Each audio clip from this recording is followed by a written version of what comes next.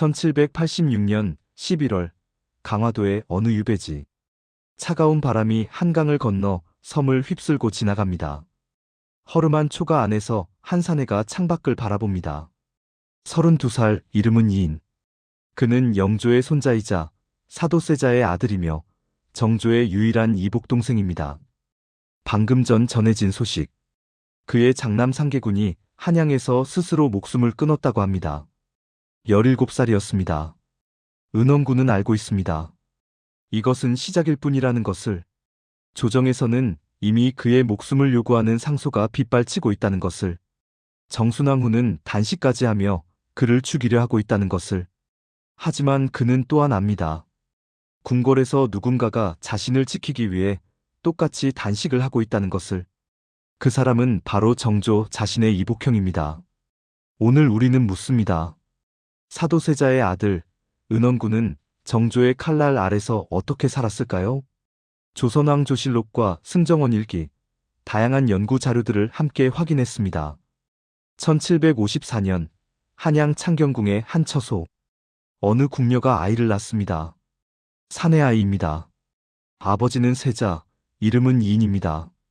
하지만 이 출생은 기쁨이 아니라 재앙이었습니다. 영조는 분노했습니다.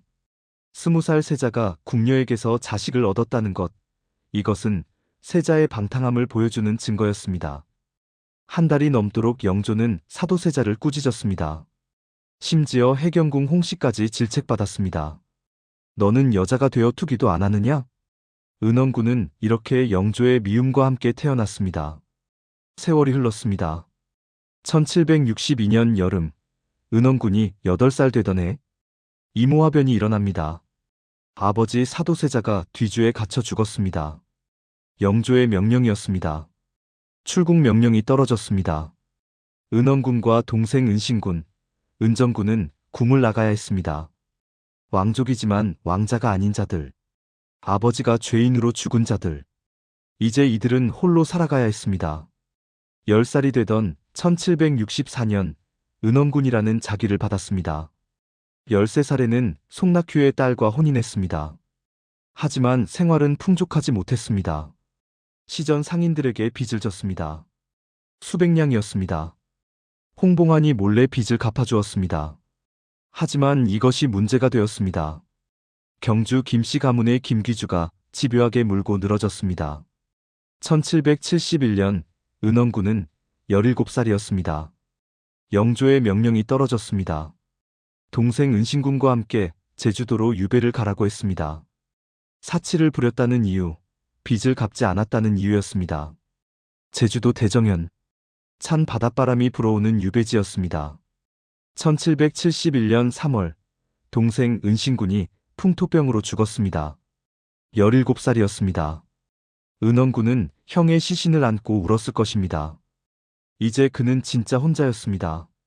그런데 동생의 죽음이 은원군을 살렸습니다.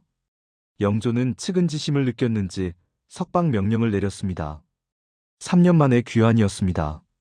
한양으로 돌아온 은원군은 조용히 살았습니다. 학문에 주력했다고 기록은 전합니다. 하지만 그는 알고 있었습니다. 자신은 언제든 다시 화를 입을 수 있는 존재라는 것을. 1776년 3월 영조가 세상을 떠났습니다. 정조가 즉위했습니다. 은원군의 이복형이었습니다. 정조는 즉시 은원군에게 관직을 내렸습니다. 종친에게 주는 최고 품계인 홍록대부였습니다. 형제로서의 대우였습니다. 정조는 은원군을 아꼈습니다. 아니, 아꼈다기보다는 지키려 했습니다. 은원군은 정조를 제외하면 사도세자의 자식 중 유일하게 살아남은 이복동생이었습니다. 아버지를 향한 효심의 표현이기도 했습니다. 하지만 문제가 생겼습니다. 1778년 정조의 측근 홍국영이 위험한 계략을 꾸몄습니다. 홍국영의 누이 원빈 홍씨가 정조의 후궁이 되었지만 아들을 낳지 못하고 죽었습니다. 홍국영은 은원군의 장남 이담을 원빈의 양자로 삼았습니다. 완풍군이라 불렀습니다. 왕족의 본관 완산과 홍국영의 본관 풍산에서 한 글자씩 따온 이름이었습니다. 정조는 아직 젊었습니다. 28살이었습니다. 충분히 자식을 낳을 수 있는 나이였습니다. 그런데 홍국영은 이미 후계자를 정해놓으려 했습니다. 이것은 정조에 대한 배신이었습니다. 홍국영은 실각했습니다. 그리고 죽었습니다. 하지만 이야기는 끝나지 않았습니다. 1786년 5월 문효세자가 죽었습니다. 정조의 아들이었습니다. 겨우 5살이었습니다. 9월 문효세자의 어머니 의빈성 씨가 출산 중 죽었습니다. 의혹이 일었습니다. 정순왕후가 움직였습니다. 이들의 죽음이 수상하다. 역적을 찾아내라. 한글로 쓴 교지를 승정원에 보냈습니다. 누가 의심받았을까요? 바로 은원군과 그의 아들 상계군이었습니다. 상계군의 외할아버지 송낙휴가 고변했습니다. 상계군이 죽기 전에 제게 말했습니다. 홍국영의 무리들이 자신을 왕으로 추대하려 했다고. 훈련대장 구선복. 그는 군권을 쥐고 있는 무신이었습니다. 사람들은 그를 무종이라 불렀습니다. 그가 영모의 중심에 있었습니다. 구선복은 정조를 죽이고 상계군을 왕으로 세우려 했던 것입니다. 1786년 11월 상계군이 혼례를 치른 직후 갑자기 죽었습니다. 독을 마셨습니다. 자살이었을까요? 타살이었을까요? 기록은 명확하지 않습니다. 조정이 들끓었습니다. 정순왕후와 대신들이 외쳤습니다. 은원군을 죽여야 합니다. 역적의 아비입니다. 정조는 거부했습니다. 증거가 불충분하다. 혈육을 죽일 수 없다. 대신들은 물러서지 않았습니다. 상소가 계속 올라왔습니다. 노론도, 소론도, 심지어 정조를 지지하던 남인까지 은원군을 죽여야 한다고 주장했습니다. 정순왕후가 단식에 들어갔습니다. 역적을 처벌하지 않으면 밥을 먹지 않겠다. 정조도 단식에 들어갔습니다. 동생을 죽일 수 없다. 왕과 대왕 대비의 대결이었습니다. 궁궐 안에 침묵이 흘렀습니다. 결국 타협이 이루어졌습니다. 은원군을 강화도로 유배 보내기로 했습니다. 원래 대신들은 진도를 원했습니다. 하지만 정조가 은근슬쩍 강화도로 바꿔버렸습니다. 한양에서 가까운 곳이었습니다. 벌을 크게 경감시킨 것이었습니다. 신하들이 반발했습니다. 정조는 듣지 않았습니다. 구선복은 능지처사를 당했습니다. 몸이 갈기갈기 찢어지는 형벌이었습니다. 그의 조카 구명겸도 효수되었습니다. 영모의 대가였습니다. 강화도 유배지. 은원군은 가시 울타리에 둘러싸인 초가에서 살았습니다. 아내와 며느리는 한양의 양재궁이라는 폐궁에 유폐되었습니다. 서로 만날 수 없었습니다. 조정에서는 끊임없이 은원군의 사형을 요구했습니다. 역적의 아비라는 이유였습니다. 하지만 정조는 포기하지 않았습니다. 정조는 은원군을 몰래 불러냈습니다. 겨울밤 썰매를 타고 얼어붙은 한강을 건넜습니다. 죄인의 신분인 은원군을 궁으로 데려온 것입니다. 첩보작전처럼 은밀했습니다. 노론 벽파의 영수 심한지가 혀를 내둘렀습니다. 어찌 병가에서 계책을 내어 적을 속이듯 하십니까? 노론이 규탄했습니다. 소론도 규탄했습니다. 남인도 규탄했습니다. 정순왕후도 규탄했습니다. 정조는 요지부동이었습니다. 왜였을까요? 물론 형제간의 우애도 있었을 것입니다. 하지만 정치적 계산도 있었습니다. 정조는 보여주고 싶었습니다. 자신이 아버지 사도세자의 자식들을 얼마나 소중히 여기는지. 이것은 효심을 증명하는 일이었습니다. 그리고 민심이 움직였습니다. 전하께서 이복 형제를 저토록 아끼시니 참으로 효성스러운 분이다. 백성들이 정조의 편에 섰습니다. 정순왕후도 물러났습니다.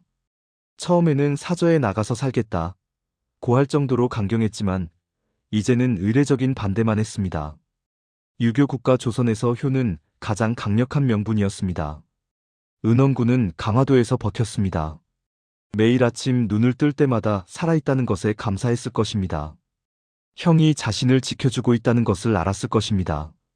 1797년 5월 은원군이 움직였습니다.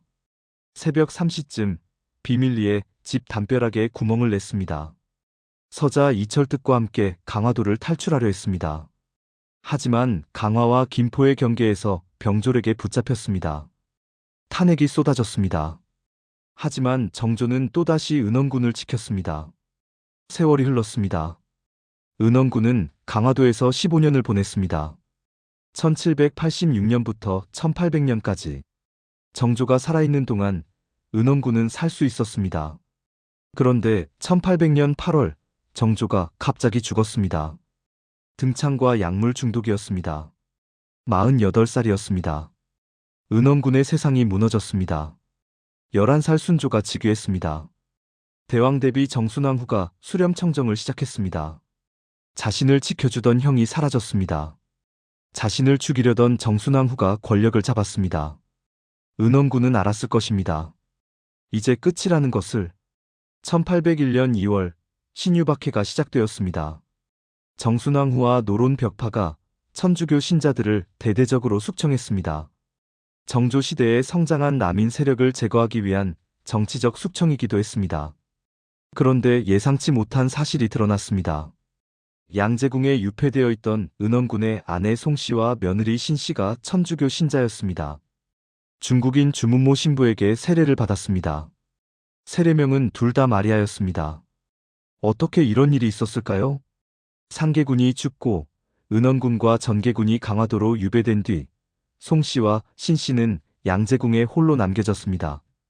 슬픔 속에서, 절망 속에서 이들은 천주교를 만났습니다.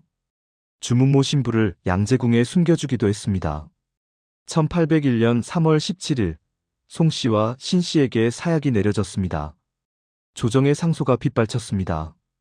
은원군도 사사해야 합니다.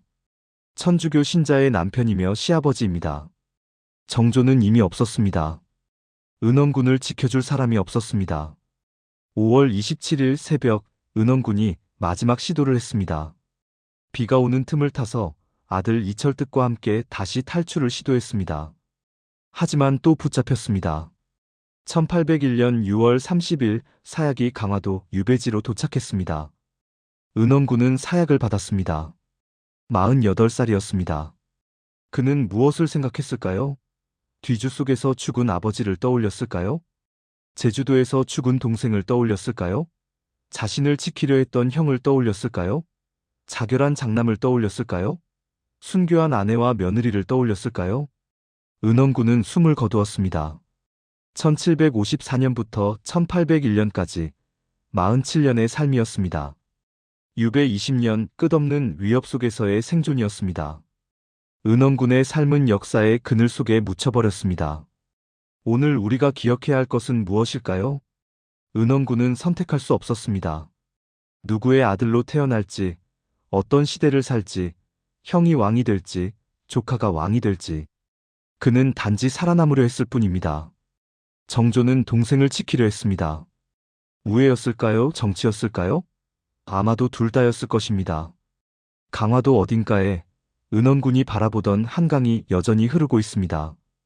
겨울이면 얼어붙고 봄이면 녹습니다. 그 위로 수많은 시간이 흘러갔습니다. 은원군의 삶이 오래 남습니다. 권력의 그늘 아래서 끝까지 살아남으려 했던 한 사람의 이야기로.